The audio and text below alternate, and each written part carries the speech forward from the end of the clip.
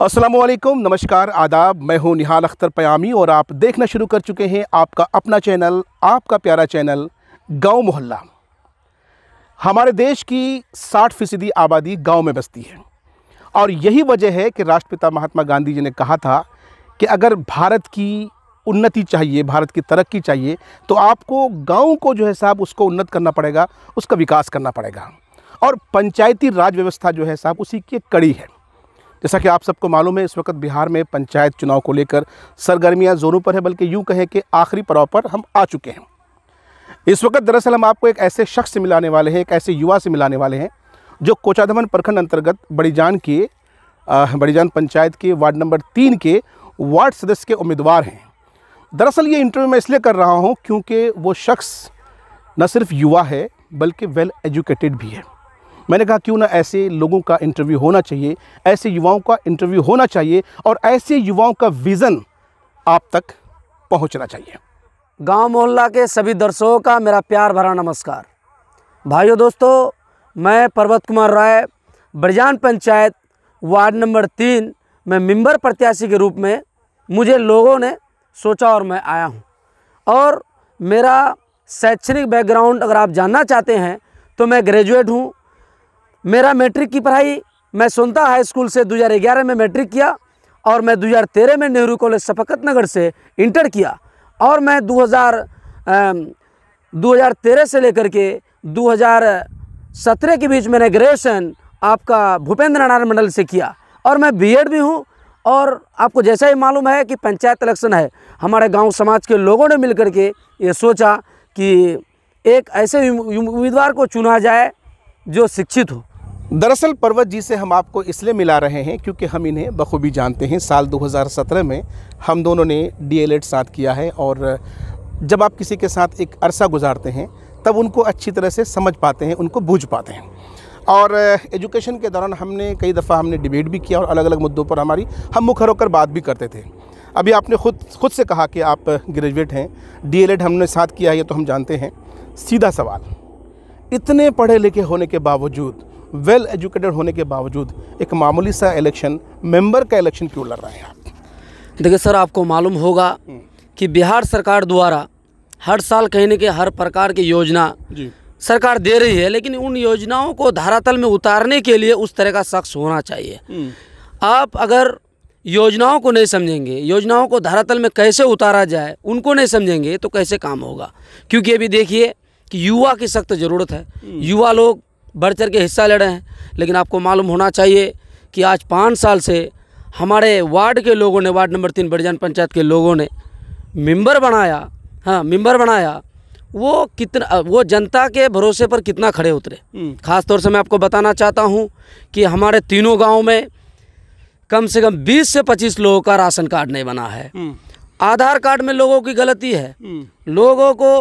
लोग जब बरसात का मौसम आता है तो हमारे यहाँ के लोग कीचड़ वाले रास्ते से चलते हैं और यानी कि एलईडी लाइट लगने का व्यवस्था हो, स्ट्रीट लाइट लगने का व्यवस्था हो, या फिर बच्चे की पढ़ाई की व्यवस्था हो, सरकारी लाभ का मामला हो, या फिर लोगों को अंत्योदय का मामला हो, या वृद्धा पेंशन का मामला हो, इन कामों को धरातल में कौन उतारेगा? आप जानते होंगे 7 निश्चय में माननीय मुख्यमंत्री श्री नीतीश कुमार जी ने ढेर सारा काम दिया। वो मिट्टीकरण का काम हो, नली गली पक्कीकरण का काम हो, उन कामों को कौन करेगा? तो कहीं ना कहीं आप ये कहना चाह रहे हैं कि जो मौजूदा मेंबर अब तक जो थे तो उन्होंने काम को, मतलब उस अपनी जो उम्मीदें हैं उस पर वो खड़े नहीं उतर सके। अगर आपको जनता मौका देती है तो आप ये सब काम करेंगे, ऐसा आपका दावा है?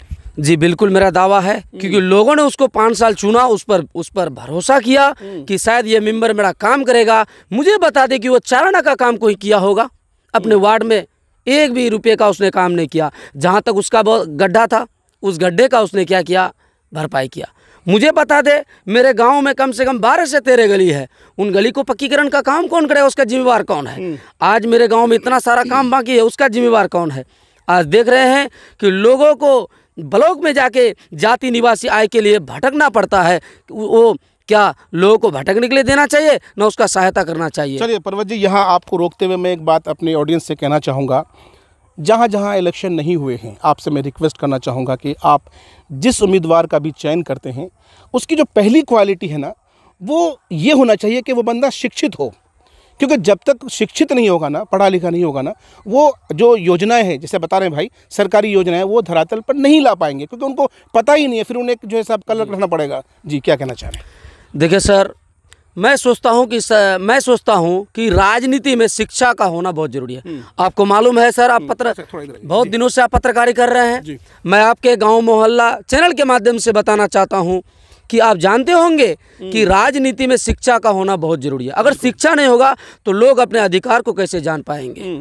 क्योंकि हमारे सरकार जो इतना सारा योजना का क्रियान्वयन करते हैं, उन क्रियान्वयन को धरातल पर लाने का काम किसका है? एक सवाल, एक मेंबर का है। हर वो मेंबर उन कामों को धरातल पर नहीं लाता है, और लोगों से लूट खसोट का काम आपको मालूम होना चाहिए। हर उम्मीदवार मुझे लोगों के माध्यम से पता चला कि इंदिरा आवास के नाम पर, राशन कार्ड के नाम पर, आधार कार्ड करेक्शन के नाम पर और गली नाली पक्कीकरण के नाम पर लोगों से लूटा जा रहा है। जब मुझे पता चला, लोगों ने अपना उस पर उम्मीद जताया, लेकिन वो अपने भरोसे पर खड़े नहीं उतरे। चलिए, एक अहम सवाल, हर लीडर का अपना एक विज़न होता है ना? हर लीडर अपना एक मैनिफेस्टो अवाम के समक्ष रखता है, अवाम के बीच रखता है। हमारे चैनल के माध्यम से आप अपनी वार्ड के अवाम को वो कौन से कमिटमेंट हैं करना चाहते हैं कि अगर आपको मौका देती है तो उन उम्मीदों पर खड़े उतरेंगे? आप क्या करेंगे सर? अगर निहाल भाई, अगर हमको जनता मौका देती है, हम पर विश्वास जताती है, तो सबसे पहला मेरा काम होगा कि हमारे वार्ड में जो योजना आएगी, उन योजनाओं को जनताओं के बीच वितरण करना, उन लोगों को वितरण करना जो लेने के लाभुक होंगे। पहला काम होगा। दूसरा काम मैं करूंगा, जिनका राशन कार्ड नहीं बना है, राशन कार्ड बनाने का काम करूंगा।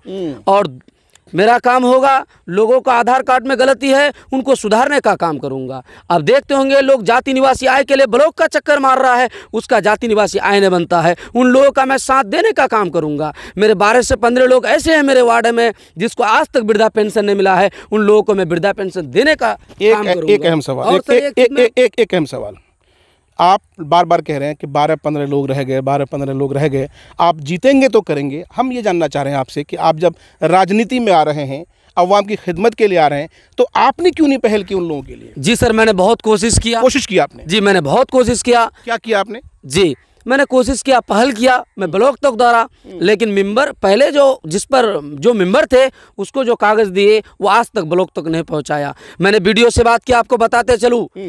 पहला सेशन 7 निश्चय का पैसा, 7 निश्चय का जो योजना आया, उसका काम सही से धरातल पर नहीं उतरा। मुझे बता दे, मैं आपके चैनल के माध्यम से बताना चाहता हूं कि अगर वो काम किए तो बता दे। दूसरी बात, कुछ राशि रिटर्न हो गया, ऑडिट नहीं हो पाया।